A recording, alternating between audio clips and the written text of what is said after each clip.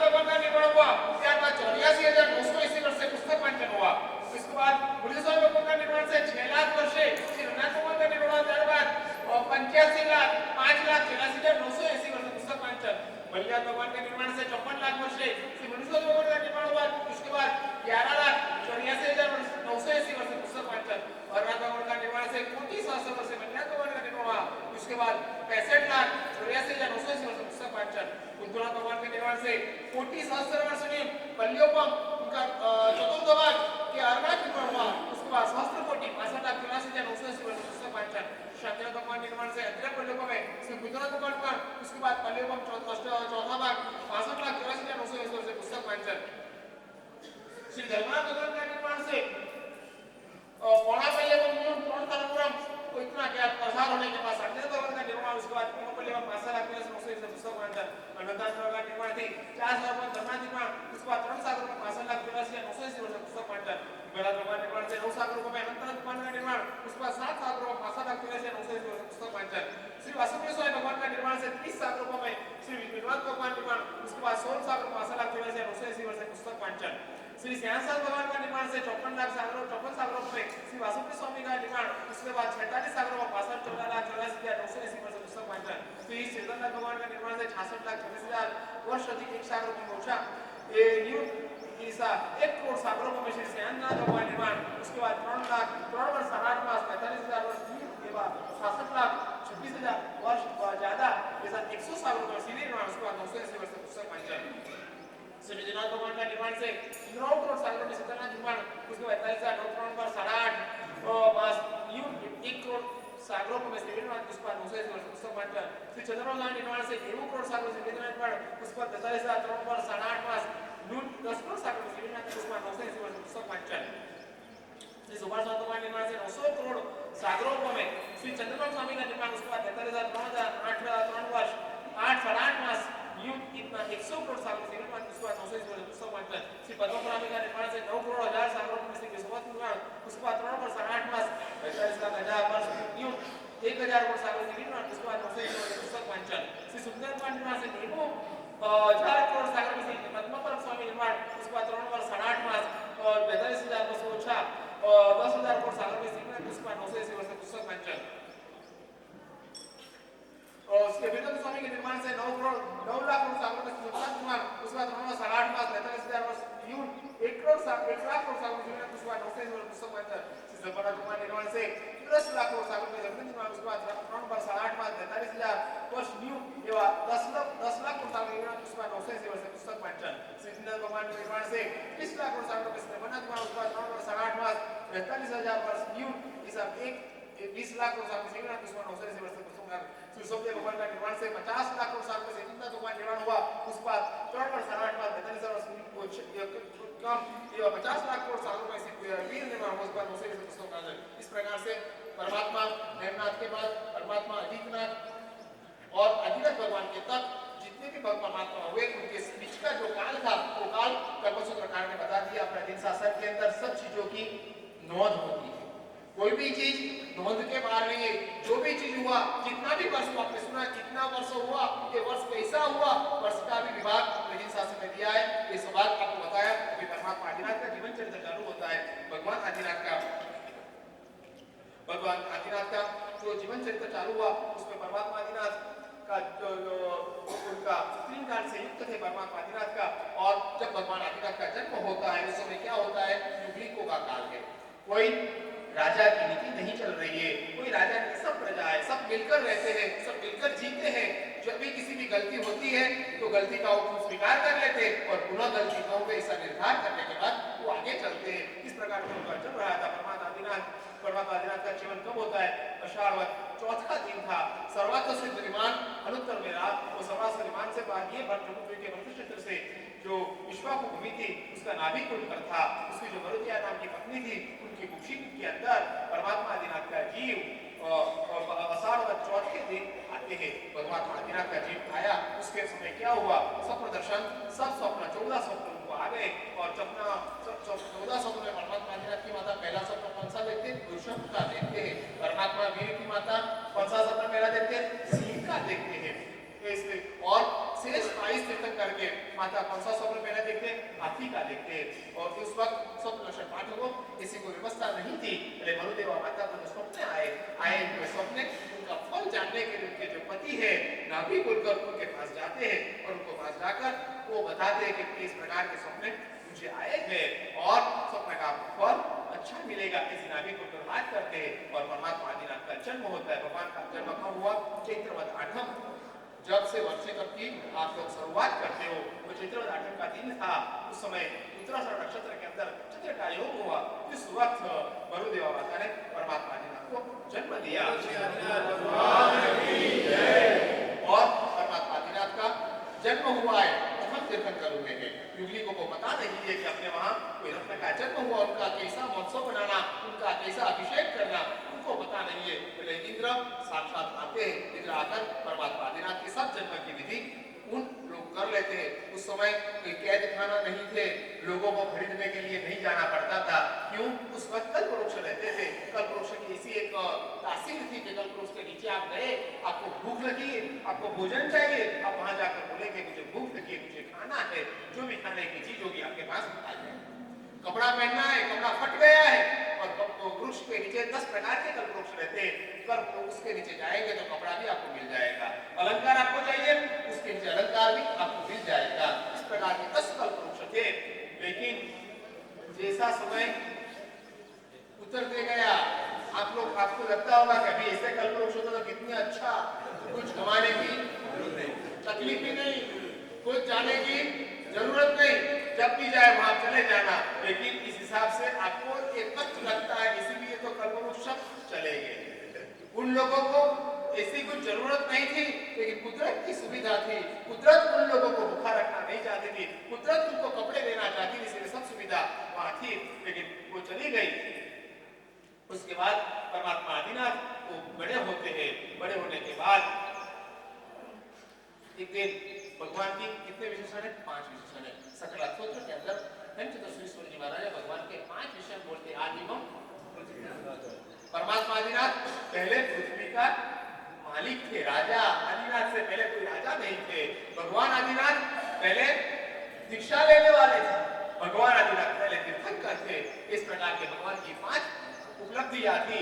और भगवान आदिनाथ राजा कैसे उनकी बात करते हैं। परमात्मा आदिनाथ अभी क्या हुआ, काल आगे चलते गया, उस समय क्या हो गया, कल्प वृक्ष ने फल देना बंद कर दिया। कल्प वृक्ष में जो चीजें दे रहे थे, चीज मिलना मुश्किल हो गया। लोग खाने के लिए तरसते, खाना कुछ नहीं मिल रहा है। लोग इकट्ठे होकर सब युगलिकों के अंदर बुद्धिमान कोई आदमी था तो सबको एक प्रतीति थी कि भगवान आदिनाथ ऋषभ अपने लिए बहुत बुद्धिशाली है, जो भी मुश्किल आएगी वो मुश्किल से मार निकालने का काम ऋषभ करेगा। ऋषभ के पास सब पहुंच जाते थे और पूछते थे, ऋषभ हमको भूख लगी, हमको खाना है, क्या खाना? तब परमात्मा आदिनाथ रास्ते से निकल रहे थे, किसी ने ऐसी फरियाद किया। भगवान ने दिखाई खेत दिखता है, खेत में चावल है, वो चावल निकाल दो। लोगों ने चावल निकाल के खाना चालू कर दिया, कल्पों से फल देना बंद कर दिया। चावल खाते का समय चालू हो गया। लेकिन कई दिन ऐसे भी आ गए कि दूसरी बार एक प्रजाजन आया और बोला, ऋषभ हम ये चावल खाते तो हमको पेट में दर्द होता है, हमको उनका पाचन नहीं होता है। तब भगवान आदिनाथ बोलते हैं कि जाओ लाओ चावल लाओ। चावल लाए और भगवान आदिनाथ उनकी हथेली में रखकर ऐसा घिसते हैं। आज उनकी गर्मी से चावल को पका देते हैं और पकाकर बोलते हैं, ऐसे चावल पकाकर खाते जाओ, कच्चे चावल मत खाओ। कच्चा चावल आपको पचता नहीं, आपको डाइजेस्ट नहीं होता है। हाथ से पका लो, हाथ से गर्मी को उनको सेक लो। ऐसा लोगों ने करना चालू कर दिया। लेकिन ऐसा करने के बाद ऐसा भी वक्त आया, हाथ से गर्म किया हुआ चावल भी पचना मुश्किल हो गया। फिर परमात्मा आदिनाथ बोलते हैं, आपको एक चावल भी नहीं पचते हैं, एक काम करो, अग्नि के अंदर आप उनको पकाओ फिर खाओ। लोग कितने सरल थे, उनके ऋषभ बोलता है वो करने के लिए तैयार है, पूछते नहीं हाँ और वाह ये क्या हो गया, कुछ पूछने की उनकी जरूरत नहीं है। हमारा ऋषभ ने बोला है, ऋषभ हमारे लिए सर्वस्व है, बुद्धिमान है, जो भी हमको बोलेगा वो सही ही बताएगा। ऐसा उनकी श्रद्धा थी। और परमात्मा आदिनाथ ने बोला, आग के अंदर आप सेक लो चावल फिर खाओ। लोगों को पता नहीं था, चावल लाए और चावल सीधा आग में डाल खड़े रहते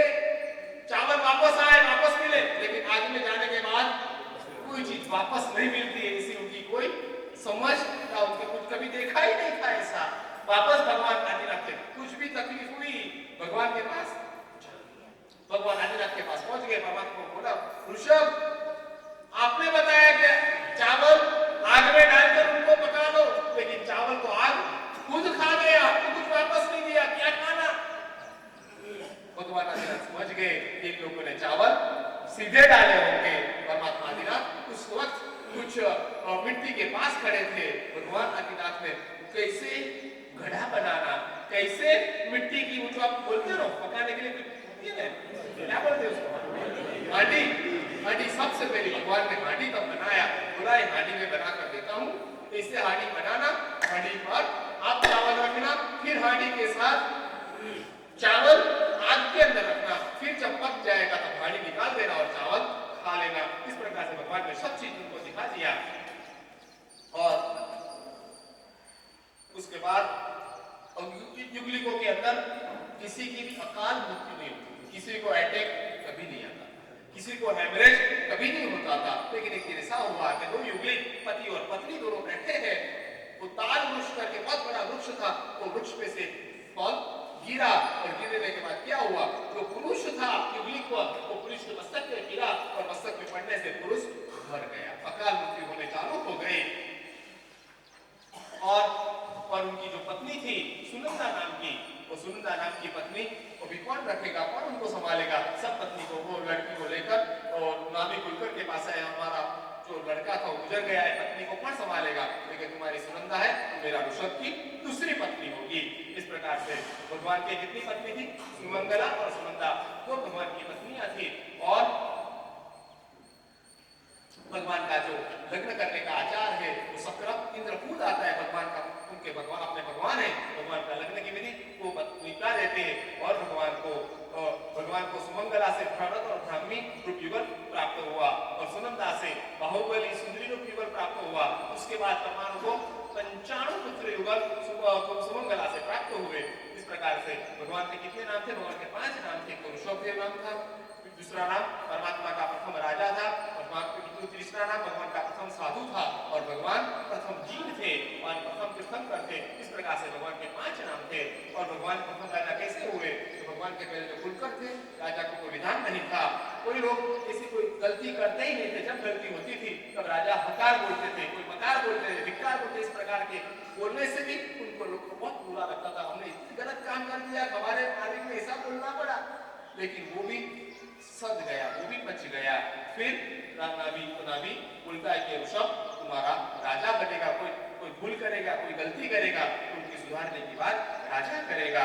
और जब राजा की अभिषेक करने की बात आई तब इंद्र विचार करता है कि ऋषभ तीर्थंकर है, होने वाले, लेकिन प्रथम राजा बन रहे, उनका कैसा अभिषेक करना मेरा आचार है, मेरा कर्तव्य है। वो समझकर भगवान का अभिषेक आकर करते हैं और भगवान को राजा के रूप में स्थापित कर देते हैं। यहाँ पे नगर के लोग अपना ऋषभ राजा बन रहा है, उनका कैसे अभिषेक करना, वो लोग जंगल में गए, अच्छी अच्छी चीज, अच्छे अच्छे फल, पानी, एकदम स्वच्छ पानी लेकर आए, हमारा ऋषभ को हम स्नान कराएंगे, उनको अच्छे अच्छे कपड़े पहनाएंगे, फिर उनको राजा बनाएंगे। जब आकर देखते हैं तो राजा ऋषभ राजा बनकर सिंहासन पर बैठा है, सब अलंकार उन्होंने ग्रहण कर लिए, मुकुट है, हार है, हाथ में बाजूबंद है, सब प्रकार की चीज उनके शरीर पे पड़ी है। और वो देखते हैं कभी तो राजा बन गया है, उनका किसी ने अभिषेक कर दिया, अभी क्या करना?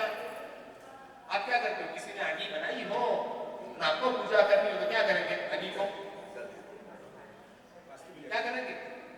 आगी निकालने की आपको इजाजत तब है जब उनसे साथी उनके भी ज्यादा अच्छी आगी बनाने की आपकी शक्ति हो।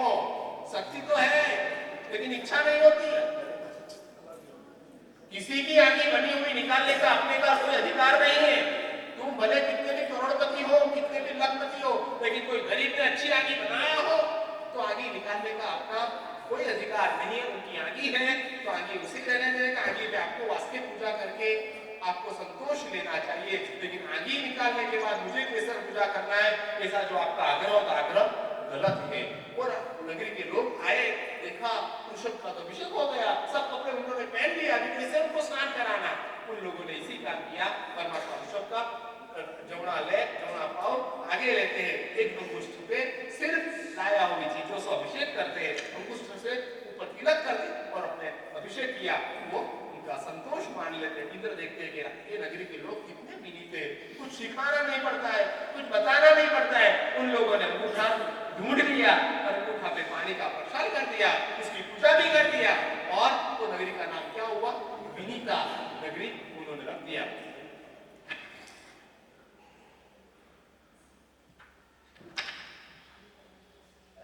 परमात्मा आदिनाथ कितने साल भगवान आदिनाथ कुमारवास में रहे, बाल्यावस्था में रहे। भगवान का 20 लाख पूर्व भगवान कुमारवास में रहे। भगवान 63 लाख पूर्व राजा की अवस्था में रहे। और परमात्मा आदिनाथ ने जो पुरुष की 72 कला और स्त्री की 64 कला, वो कला क्या है आपको कुछ आता नहीं, इसमें बताने का कोई मतलब नहीं। अभी कला बताना हो तो मैं वो बता सकता हूँ, कोई तंबाकू खाते हो आपकी कला है, सिगारेट पीते हो आपकी कला है, रात्रि भोजन करते हो आपकी कला है। ये कला है तो अभी लुप्त हो गई, नई कला बनाने हुए तब पता चलेगा। और परमात्मा आदिनाथ की दीक्षा की बात आती है। दीक्षा परमात्मा के तब हुई चैत्र 8 के दिन भगवान की दीक्षा होती है और लोकांतिक देव परमात्मा आदिनाथ के पास आते हैं 1 साल पहले और भगवान आदिनाथ को विनती करते हैं आपका दीक्षा लेने का समय आ गया है, आप दीक्षा लो। और परमात्मा आदिनाथ जिस प्रकार से वर्षिला मिलने की विधियां सब कर दिया और भगवान आदिनाथ चित्र 8 के दिन सुदर्शन नामक की शिविका थी, उसमें परमात्मा बैठे थे और बैठे का विनिता नगरी थी। वो नगरी में से भगवान वहां से नगरी में से भगवान निकले। वहां पर सिद्धार्थ वन था, सिद्धार्थ वन के अंदर अशोक नाम का वृक्ष था। वृक्ष के नीचे परमात्मा गए और परमात्मा कितनी मुष्टि रोज करते हैं। तीर्थंकर परमात्मा जब दीक्षा भी लेते तो अपनी मुट्ठी से सब बाल निकालते, एक यहाँ एक यहाँ एक यहाँ और एक दाढ़ी सब पूरी मुट्ठी से निकाल देते हैं। पर परमात्मा आदिनाथ 4 ही मुट्ठी रोज करते, 4 मुट्ठी से पूरा मस्तक का बाल निकालने के बाद जब भगवान उनकी जटा को निकालने की प्रयास करते तब इंद्र परमात्मा को विनती करते, भगवान ये जटा से ये बाल से आपका रूप बहुत अद्भुत लग रहा है, लोगों को बहुत आनंद मिल रहा है, आप ये रखो तो अच्छा। कभी भी नहीं हुई बात इंद्र विनती करता है, परमात्मा ने स्वीकार करा, ठीक है तुझे प्रसन्नता हो रही है तो मैं रखता हूं, मैं निकालता हूं। भगवान चतुर्मुष्टि रोज कर लेते हैं। और परमात्मा ने जब दीक्षा लिया तब परमात्मा को जल रही दीक्षा तब था, उत्तर शक्कर के दक्षिण का योग आया तो भगवान कच्छ और महाकच्छ के 4000 राजाओं के साथ एक पेड़ से लेकर परमात्मा की दीक्षा हो गई। और परमात्मा की दीक्षा होने के बाद भगवान का उत्सर्ग काल कितना था? 1000 वर्ष का परमात्मा का उत्सर्ग काल था। उत्सर्ग काल का अंदर भगवान आप जानते हो तो परमात्मा भिक्षा लेने के लिए कोचरी को भरने के लिए रोज जाते हैं। जाने के बाद कुछ मिलता नहीं, लोगों को लगता है कि हमारा राजा है, ये तो हमारा मालिक है, ये तो हमारा नायक है, उनको खाने पीने के लिए छोटी देनी है तो बहुत तुच्छ चीज है, रोटी देना, सब्जी देना, चावल देना वो अच्छी नहीं है, उनको तो बहुत अच्छी चीज देना चाहिए। उनके पास जो सुवर्ण है, उनके पास जो रत्न है, उनके पास उनकी एक किसी लड़की है, उनकी उम्र हो गई, उनका लग्न कराना है, शादी कराना है, इसी लड़की को लाकर परमात्मा के पास करते भगवान ले जाओ। भगवान सर्वसंग त्यागी है, समग्र संसार का त्याग किया है, ये धन से ये लड़की से उनका कोई मतलब नहीं है। भगवान कुछ भी लिए बिना चले जाते हैं और भगवान का उपवास चलते रहा। कितना समय उपवास किया? भगवान ने पूरा उपवास चालू रहा पूरे साल भर कुछ भी भगवान को नहीं मिला। और परमात्मा के पास साथ लोग कच्छ और महाकच्छ के 4000 राजाओं ने दीक्षा लिया था, वो लोग को भी कुछ खाना नहीं मिल रहा है। भगवान को नहीं मिल रहा तो उनको क्या मिलेगा? वो लोग भगवान जैसे सहन करने में मजबूत नहीं है, ताकतवर नहीं है, वो लोग भगवान को छोड़ देते, जंगल में चले जाते, जहां वहां फल फूल वगैरह खाकर तापस का जीवन को स्वीकार कर देते हैं। और अभी यहाँ भगवान के जो नवी दो लड़के थे, वो लड़के की बात आती है, वो लड़के की बात अभी मैं नहीं दे रहा हूँ। अभी परमात्मा आदिनाथ का जो वर्षित का पारणा होता है, पारणा का जो प्रसंग होता है, वो प्रसंग परमात्मा पारणा किसने कराया? श्रेयांश ने परमात्मा को पारणा कराया। और पारणा ये श्रेयांश कौन था? जो भगवान का अधिकार जो बाहुबली था, बाहुबली का जो लड़का था सोमव्रत, उनका जो युद्ध पुत्र था श्रेयांश था, भगवान का पुत्र हुआ। श्रेयांश एक दिन रात्रि के समय कहाँ था? श्रेयांश हस्तिनापुर में था। अभी भी कई लोगों की इतनी आस्था है कि हमको पारणा करना तो कहाँ जाते? हस्तिनापुर जाते। हस्तिनापुर नहीं पहुंचे तो आप आज अपने शत्रुंजय भी जाते हो, पालिका भी जाते हो। और स्वप्न में श्रेयांश देखता है एक बेरू जो पर्वत है वो काला कलर का है, उसको अमृत से उनका अभिषेक किया, इतना सरस उसका ये नहीं है। उस समय सुब्रती नाम का जो सेठ था उसने पण एक स्वप्न देखा कि सूर्य का जो बिंब है उस सूर्य मंडल में से एक किरण श्रेयांश ने खींचकर उन्होंने ले लिया और राजा ने भी इसे देखा कि अपना नगर पूरा शत्रुओं से घेर चुका था, लेकिन श्रेयांश के हिसाब से उनके अपने को विजय प्राप्त हुआ।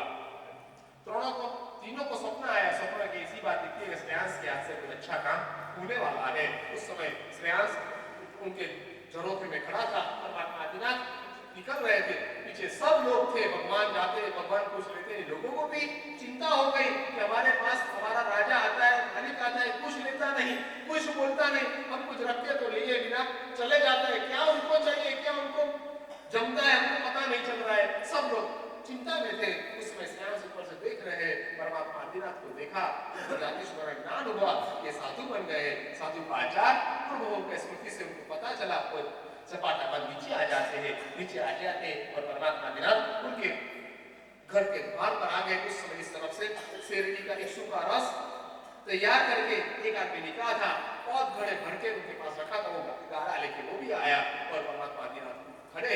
उस समय वो शेरनी का रस उसमें से लेता है और भगवान आदिनाथ को गिराता है और गिराकर वो भी भगवान को कारणा कराता है।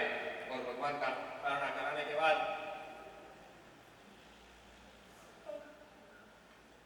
इसमें आप लोगों का बात किया, लेकिन पूर्व की बात अभी बताता नहीं हूँ, समय नहीं है। और भगवान को इस प्रकार के कारणा करने के बाद यहाँ वो भी बात बताते हैं, दिगंबर और श्वेतांबर संप्रदाय में तफावत है। दिगंबरों हाथ में लेके कोई बात वो भी नहीं, समय नहीं है, वो भी नहीं बताता हूँ। ये दुग्ध भी बताते होता की घोषणा करते, चारों ओर लोगों को पता चल गया कि परमात्मा आदिनाथ का पारणा हो गया। और श्रेयांश सब लोगों को बताते हैं कि भगवान ने दीक्षा लिया है, साधु जीवन का स्वीकार कर, किस प्रकार की भिक्षा, किस प्रकार का भोजन उनको चलता है, उनको क्या चाहिए, सब बताता है। और सब जो कच्छ जंगल में चले गए थे वो वापस परमात्मा के साथ आगे लग गए। और श्रेयांश ने सबसे पहले सुपात्र दान किया। अभी श्रेयांश और परमात्मा आदिनाथ का भी संबंध है, वो भी यहाँ बातें आप बताते नहीं है। और परमात्मा आदिनाथ का अभी जो केवल ज्ञान का दिन आता है, केवल भगवान को कब हुआ? चैत्रवत 11 के दिन और गुजराती फागणवत 11 के दिन। और परमात्मा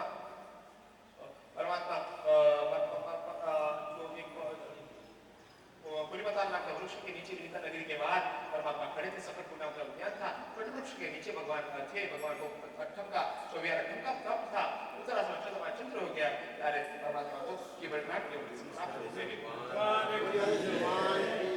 और परमात्मा को जब केवल ज्ञान प्राप्त हुआ उसी समय भरत को भी चक्रवर्ती की प्राप्ति होती है। और भरत को दोनों समाचार साथ में मिलते हैं कि उनके पिता आदिनाथ को केवल ज्ञान प्राप्त हुआ है। और वो चक्रवर्ती राजा भरत है, कई सालों से जिनकी उनके प्रतीक्षा थी वो चक्रवर्ती उनके वहां उसी दिन आता है। और भरत चक्रवर्ती एक समय विचार में पड़ जाते हैं, मुझे किसको अवतार पहले देना चाहिए, चक्ररत्न को या भगवान आदिनाथ को। तुरंत सोच लेते नहीं, चक्ररत्न तो मेरा संसार बढ़ाने का काम करेगा, मेरा आदिनाथ भगवान मेरा संसार काटने का काम करेगा। सबसे पहला भगवान आदिनाथ के पास वो जाते हैं। उस समय क्या करते हैं, उनकी माता कौन थे? मरुदेवा उनकी माता, उनकी तो दादी थे। परमात्मा आदिनाथ की जो माँ थी वो मरुदेवा बार-बार भरत को बोलते, भरत तू कैसा है, कैसा पागल है, कैसा लालचू है, कैसा विषयी है। तेरा बाप जंगल में घूमता है, कुछ खाता है, कुछ पीता है, कुछ उड़ता है, क्या करता है कुछ पता नहीं है। तू उनकी कुछ संभाल नहीं लेता है, तू उनके पास कभी जाता नहीं है। और रो कर मरुदेवा माता ने क्या किया था, उनकी आंख इतना रुदन किया था स्त्री ने, रुदन करने से आपके अंदर पिए जम गए थे, कुछ उनको दिखने नहीं था। इतना उनके पुत्र के प्रति स्नेह था, वात्सल्य था। वात्सल्य की वजह मरुदेवा कुछ देखना नहीं चाहती थी।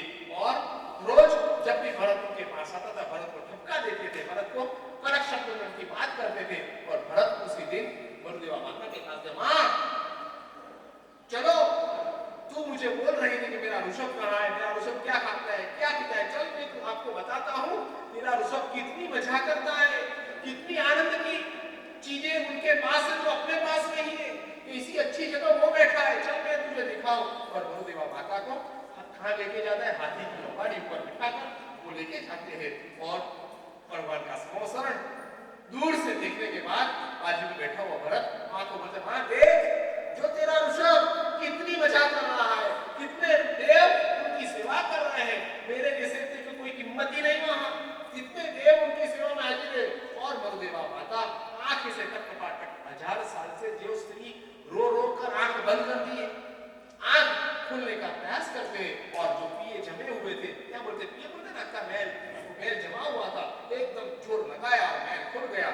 हाँ हाँ हाँ, मेरा ऋषभ तो कितना स्वार्थी, मेरी इनकी माँ की भी उनकी चिंता नहीं, मैं इतना रुदन कर रही थी, मैं इतना रो रही थी, कुछ उनको स्पर्शा नहीं और इतनी मजा कर रहा है।